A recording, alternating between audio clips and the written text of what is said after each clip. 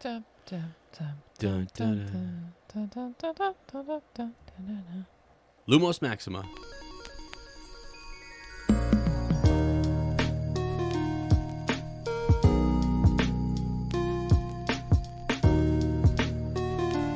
Hello, friends. Welcome back to Shell Cottage Radio, the Extendable Ear edition. The microphones are still hot from last episode as we dive into some additional Potter content. I'm your host, Ezra, a.k.a. Bill. With me is my wonderful co-host and yours, Lottie, a.k.a. Fleur. Hey everyone! I was gonna say come on in and join us for some after show tea in our Shell Cottage like I always do, but then I felt like you're already in here. You know, this is Extendable Ear edition, it's after show, so you're already in here. Awesome. You don't have to go outside and come back in, so make yourself at home. Yeah. In this Extendable Ear edition, sponsored by Fred and George, we will talk about Nicolas Flamel, the real person, as well as Nicolas Flamel as a character in the book. So what blew me away, and I probably should have known that ages ago because I feel like this is common knowledge, but I have never caught on the fact that Nicolas Flamel was actually a real person, and he also was said to be an alchemist and someone who did make the Philosopher's Stone. Yeah. And here we go. Real guy. I want to just read this to you. That he was born... So first of all, he was born in 1330. Nicolas Flamel, in her book, was born 1326. And that made me wonder, why would you... If she chooses to include that person in her book, why would she choose to just change the year of birth by 4 years? Does that make sense? Did she have to do that so to make sure it's not exactly the same person? I don't know. I was just thrown off by that she changed the birth year here by 4 years for some reason. Interesting. Yeah, I don't know. So he's the real person, the real Flamel, supposedly died 1418. Okay, he was a French manuscript seller, but after his death, Flamel developed a reputation as an alchemist believed to have created and discovered the Philosopher's Stone and to have thereby achieved immortality. These legendary accounts first appeared in the 17th century. So, I mean, imagine he died supposedly in 1418 and then 300 years later, 200 or 300 years later, someone says, no, he's actually still alive or whatever. Yeah. Or did someone, I don't know, did someone claim to be him? Well, what if nobody, you know what I mean? Like nobody can keep track of him over the years. I know. And like people grow up and they're you'd lose track.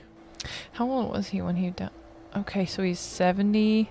You could see 88. I mean, even if in 1300 something, he was 88 years old. Even if he wasn't immortal, that's super old for that time. Mm-hmm. Yeah.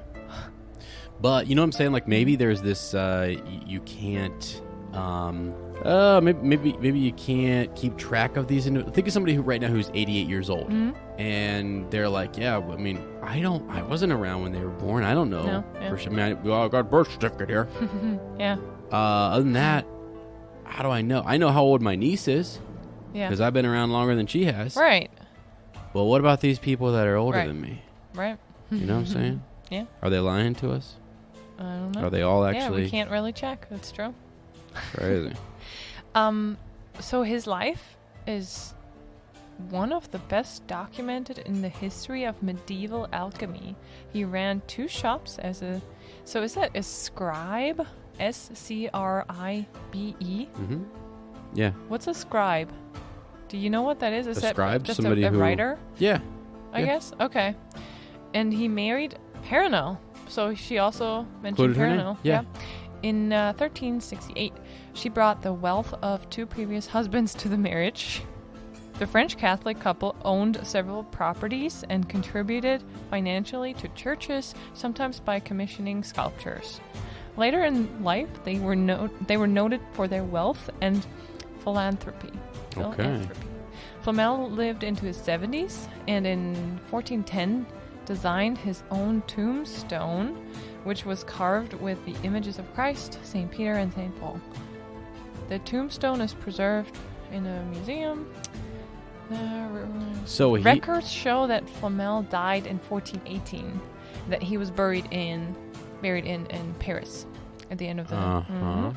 And he had a will, indicates that he was generous, but that he did not have the extraordinary wealth of later alchemical legend. There is no indication that the real Flamel of history was involved in alchemy, pharmacy, or why would someone 200, 300 years later pick up that name, that person, and say, "Oh yeah, he's I don't know. He's an like alchemist." it seems like he was kept alive. Like his legend was kept alive by for some reason. Yeah. different individuals, like Sir Isaac Newton, right? Okay. Eric, I don't know, Eric Satie, right? Albert Pike referenced him as well. Oh yeah, I see. Yeah. You know. Yeah. And then J.K. Rowling. J.K. Rowling, yeah. So he was So referenced. she's our generation. So they're in some sort of secret In fictional, White Lotus organization. They might be. I mean, who knows? Maybe he is still alive. Order of the Phoenix. See, really, that's kind of the funny.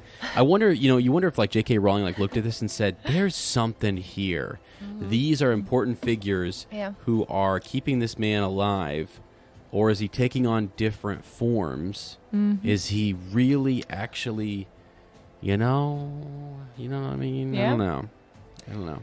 Then she says, "Hey, they were all part of the, She then creates the Order of the Phoenix and says, it's been around for a long time." Yeah. So there was actually in this story, he made the Philosopher's Stone, which turns base metals into gold, and that he and his wife Perenelle achieved immortality through it. So she took all of that and included it in her story. And there was supposed to be a book. That was published later in 1612. Sweetie, how do we know he's not still alive? We don't. You know what I mean? I mean, they say his death was recorded. You can record it. I mean, not with a camera, but I mean, like, they wrote it down. I don't know. Right. People have witnessed him die. Okay, hold on a second. As much as we look at these different conspiracy theories and things, right? Written record, even in our own government and modern day history, has been altered, changed, stolen, etc. People are like records of them working at places gone. Why? Because they're all on paper, right? Yeah. So I don't know. I mean, someone can easily could have been forged. He had a lot of money. He was donating all this money at the end of his life. Why? Because he had a Philosopher's Stone that could turn things into money, into gold. That's why he was this rich man just giving away money. Oh, and he's also 80 some years old, older than anybody else. People who would like if they'll average. Hold on. When was he born?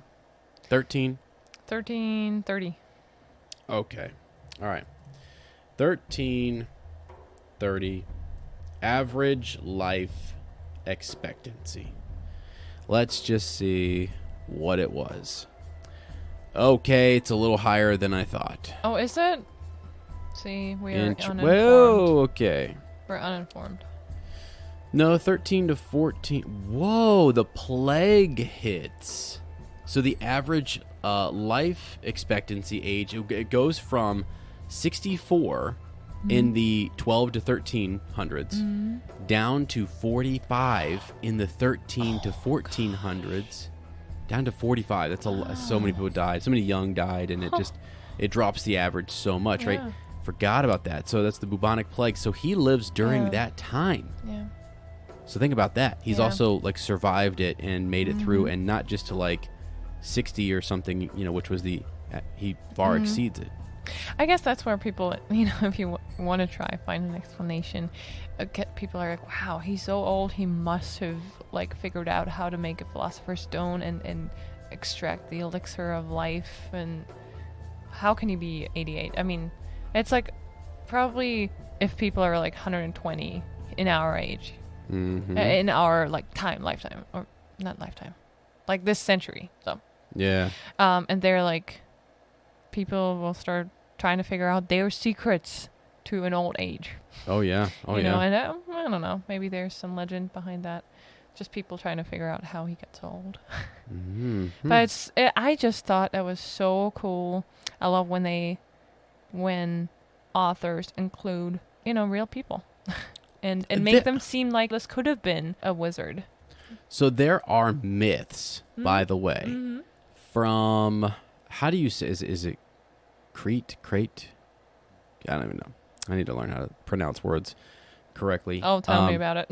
Yeah, I don't know. But these myths of people who lived long lives. Okay. Yeah, That wow. they all have the same secret or something? Maybe, but there's these people from all like different parts of the world who, like, one man is listed, maybe, potentially, rumor says, and this is all is written down from like ancient scholars or whatever, but who had documents or claims that he lived to be 300 years old.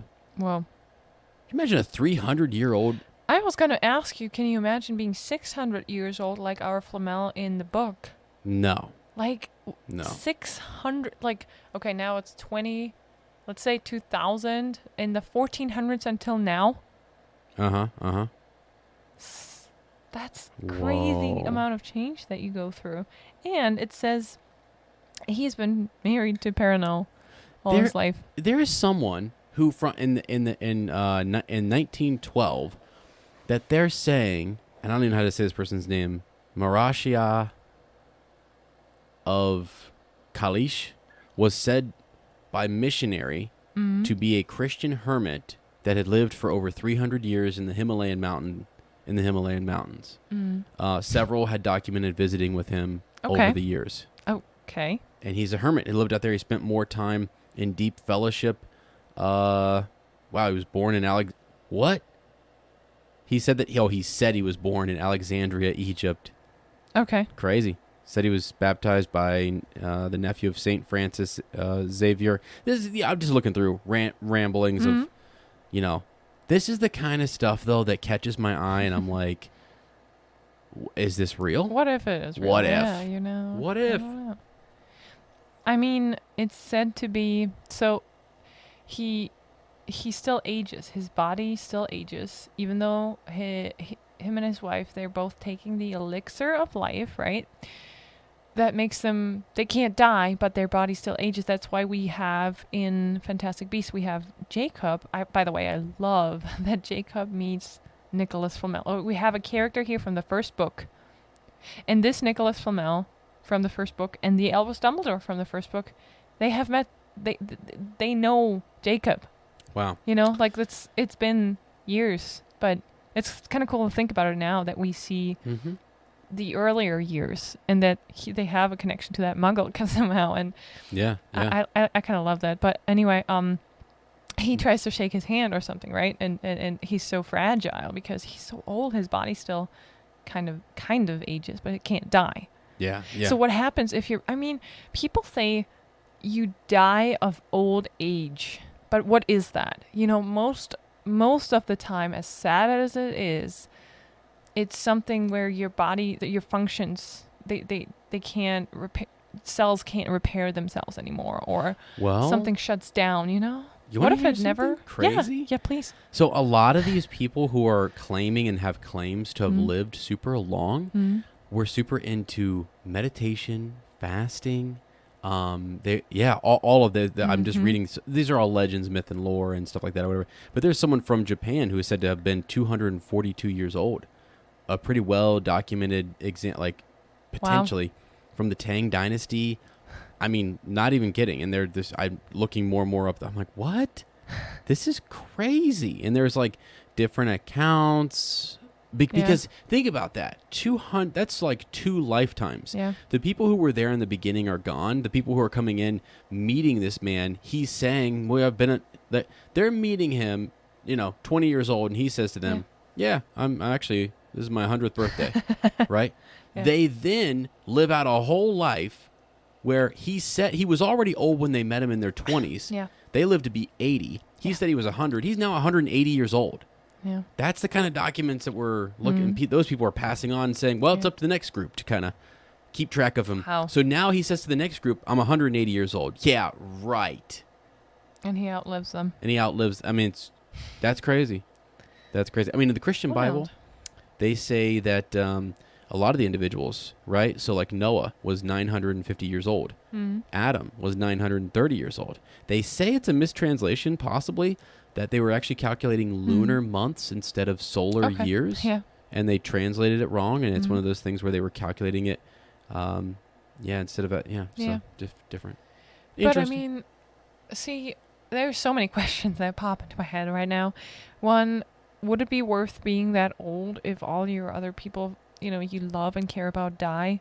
Do you just find new friends and loved ones? What do you do? What is it worth if everyone around you passes away and you're just living in sadness after, sad incident after sad incident after. Yeah, because it seems so rare that, you're just... Right, you would be almost like on your own, unless there is a secret that they can... Like, why would they be on their own if they have a secret that they can pass on to somebody to, keep them company, kind of. Mm-hmm. But maybe they don't want it. I don't know. Next question, though. Okay. What's the elixir of life that they're taking here? What's the elixir of life that comes from the Philosopher's Stone? What is it? And that's the big question that I guess everybody wonders about. I had do you know what it is? What is it? It's water. He's just drinking water. It's life. Okay. H2O. Cheers. H2O, baby. I was gonna say coffee. I was gonna say tea. I was gonna say a couple different things, but I thought I'd be seriously though. What coffee? What's so funny? Nothing. But seriously, what is it?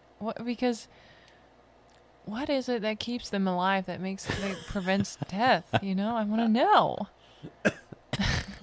What if it's one of those things where it's like we're like, oh yeah, nine cups of coffee is just not good for you, right? And so people are like, all right, I'll stop at 8, right? But what if you were that guy who was like, try 18 cups of coffee, and he's living 900 years old?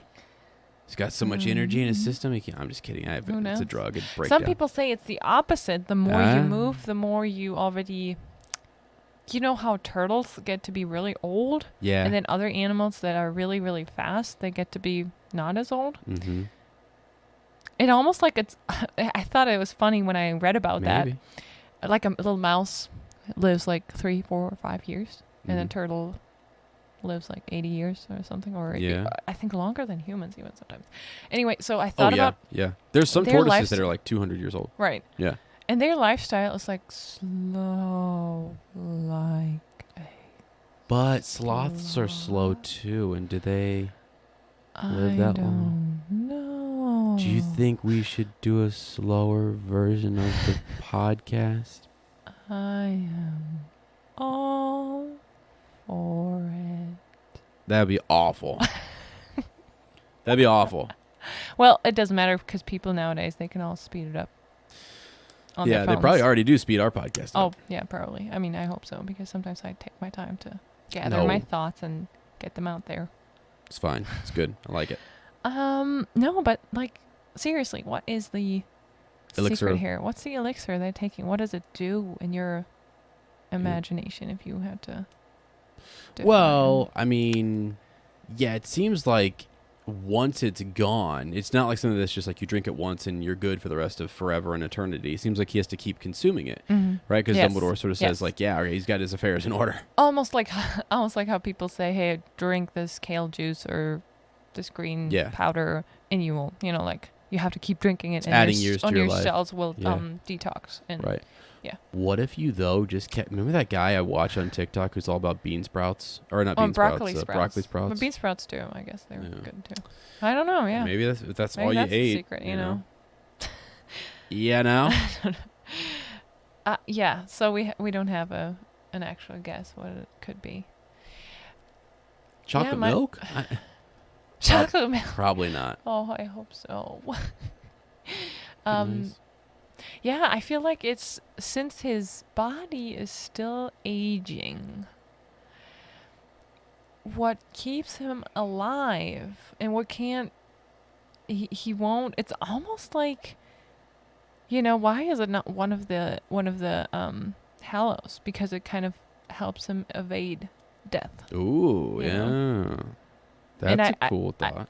I really get why Voldemort is so keen on getting his hands on it, because that would be the ultimate. I mean, he would have to keep drinking it, which is probably not what he would want to do, but if it keeps him alive, that's his dream, right? He wants to just be immortal. Yeah, often that's what the it Dark gives Lords. Him more time. That's what they want. They want to find a way to prolong their rule and their reign. And the funny part is, I know that the quest for immortality is well recorded throughout human history, right? We all are afraid to die eventually, but we don't even know if it's a bad thing. We don't even know. No one can prove or show you anything what happens after we pass away. So wouldn't it be kind of interesting if we finally someday figured out how to become immortal, and we actually don't know that really death is not. You don't know what's beyond. That's in Tolkien, that's sort of the thing. The elves, they don't know necessarily. Even their death and where they go is totally different from where men go. Men are given the gift of death.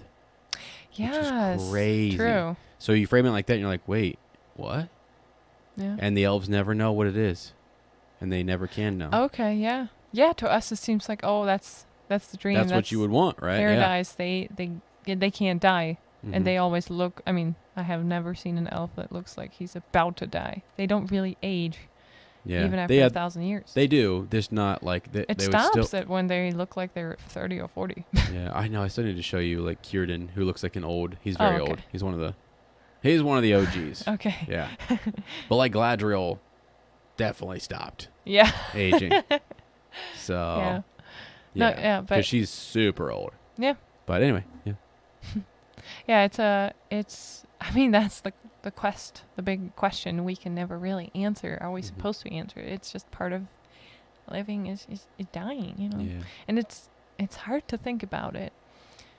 And especially when you have, people very, very close and dear to you pass away. But even if it's just a hope, even if it's just anything we can hang on to, if we want, I do believe they're in a better place, and they are. There is something, and they still, kind of connect with us. Yeah. The crazy thing is, so many people will try to tell you they know one way or they know the other way or whatever. Blah blah blah. It's something we all have in common. Yeah. We don't know. Right. There's no. You can believe what you want. Yeah. I mean, you can. I hope people. I would love to persuade people to believe in some happier version, or whatever, but some people don't, and that's okay. Yeah. But yeah, you know what I mean? It's just a mystery. That's the thing. It feels like even if it's the worst, I mean, I guess people would say the worst is, okay, you go to hell and you suffer something, some kind of pain. But people who are more on the side of nothing happens, you're just, your body stops, your brain stops functioning. Well, then you can't feel any, nothing happens. So, yeah. I mean, the only sad part is you can't keep living. But what if you're not, so crazy to talk about it. But I don't know how we got into that. I mean, we talk about immortality. I guess you kind of start talking about that. But it's just why. It's just a mystery. It's a mystery, and it's okay. The thing is, you and I take a very optimistic approach to it. Yeah. We do, which is spirit realm. Because even if it is wrong, why would I waste my lifetime being gloomy about it, thinking, then, okay, well, if I'm wrong, then I'm wrong in the end, I can't change anything about it. But if that made me happier during my lifetime, yeah, sure. Yeah, absolutely. Absolutely. I know this sounds naive to some people, but I do, I don't know. I feel like there is something more. Oh, there is. Yeah. Anyway, and so that's the thing.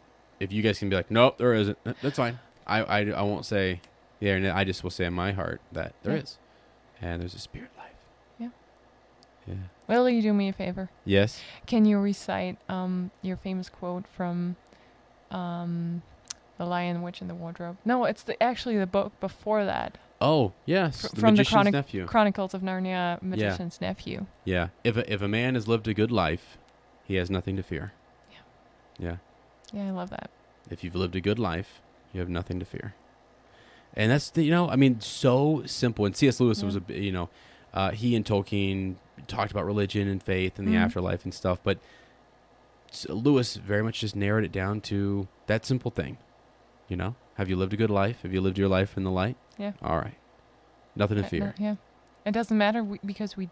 Beyond that, it doesn't matter. Yeah, it's sort of like, okay, whether it's reincarnation, whether it's heaven, whether it's spirit realm, whatever it might be. Yeah. Right. I loved it. It was the cabbie, who became the first king of Narnia.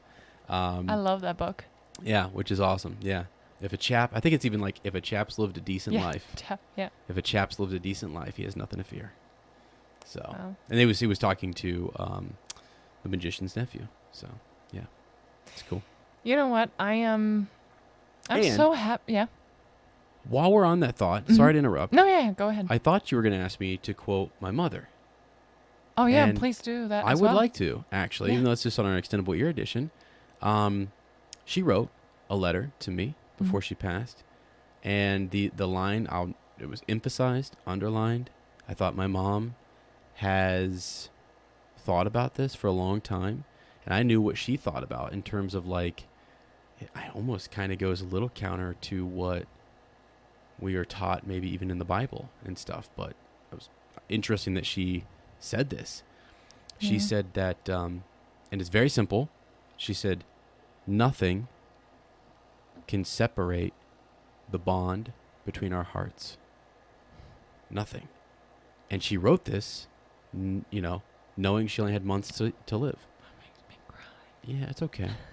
Just knowing that she had death on the horizon, she said, even death. I mean, she didn't have to say it. She didn't say it in words, but she said, nothing can separate the bond between our hearts. And she meant nothing. Yeah.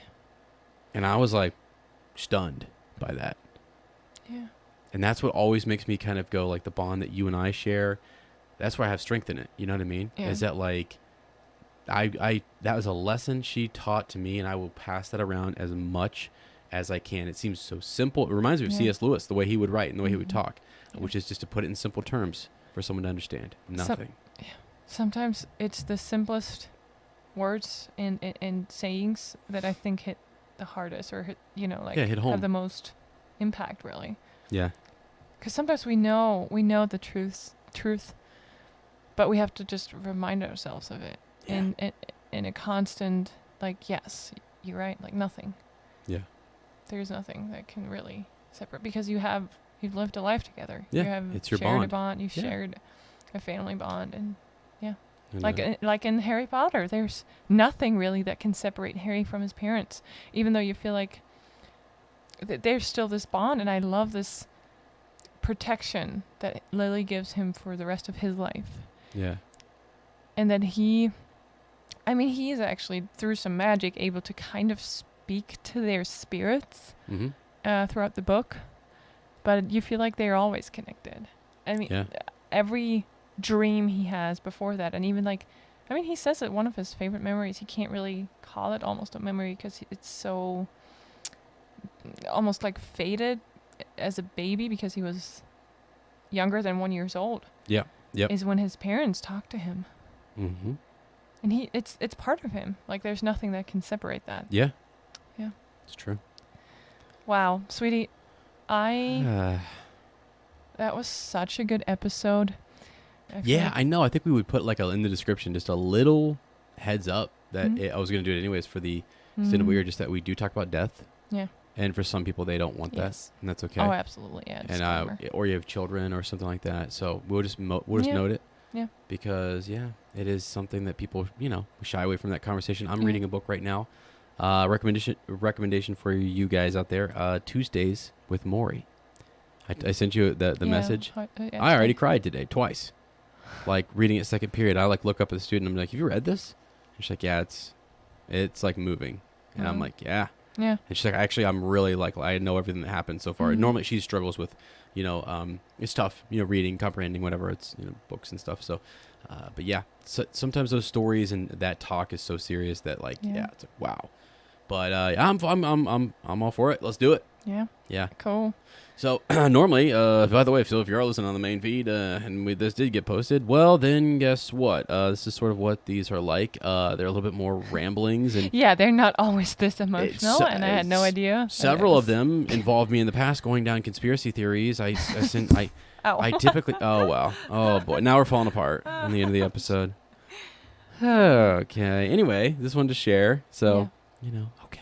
A little sample of our EEEs. Yeah. So. All right, friends. Well, hey, with that, though, we do want to thank you guys. And we love you guys. And we appreciate you. We appreciate your support. Everyone out there who listens, who writes reviews, who supports, writes in, all that good stuff. We're all about trying to send out good positive energy and vibes into the world. So. And we appreciate sharing this time on Earth with you guys. It's so funny to think about sometimes. In the present. Right now, we share this moment here on Earth. I have said that on Up Talkin' Tolkien in different places, and I'm glad you said it here because it needs to be said. We currently share this time with our listeners and people around us. Yeah. We occupy this, you know what I mean? Mm-hmm. Same space-time. Yeah. And it's like a gift. Master Oogway says, right, that they call it the present, right? Yeah. Because it's a gift. Yeah. This right now is like a present. Yeah, it's a present. I love that. There's probably more to that quote. I can't remember what he has a lot of really inspirational quotes. Go check him out. Kung Fu Panda. Master Oogway. But anyway, and he lives super long. But true. His time came. He reminds me of the nice version of Dumbledore. Yeah. Just like all knowing and like all being peaceful about everything that happens around him, even though it seems like it's he's bad. Even more wise than Master Yoda, which is probably blasphemy to say. I don't know. I think that needs further discussion on Star Wars Hangout. Yeah, I should do it on. Yeah, I should. I'll do a little crossover. Let's do it. All right. Well, hey, with that, though, we do truly thank you guys so much. You do mean the world to us. Thanks for tuning into Shell Cottage Radio 94.7 COZY. We hope that you'll join us in the future. And if you'd like to propose that future topic, then send us a message at fleurandbill on Instagram or send us an owl at fleurandbill@gmail.com. Yeah, thank you so much for joining us for some casual tea after the show. Hope you all have a wonderful week. Take care, and we'll see you next time.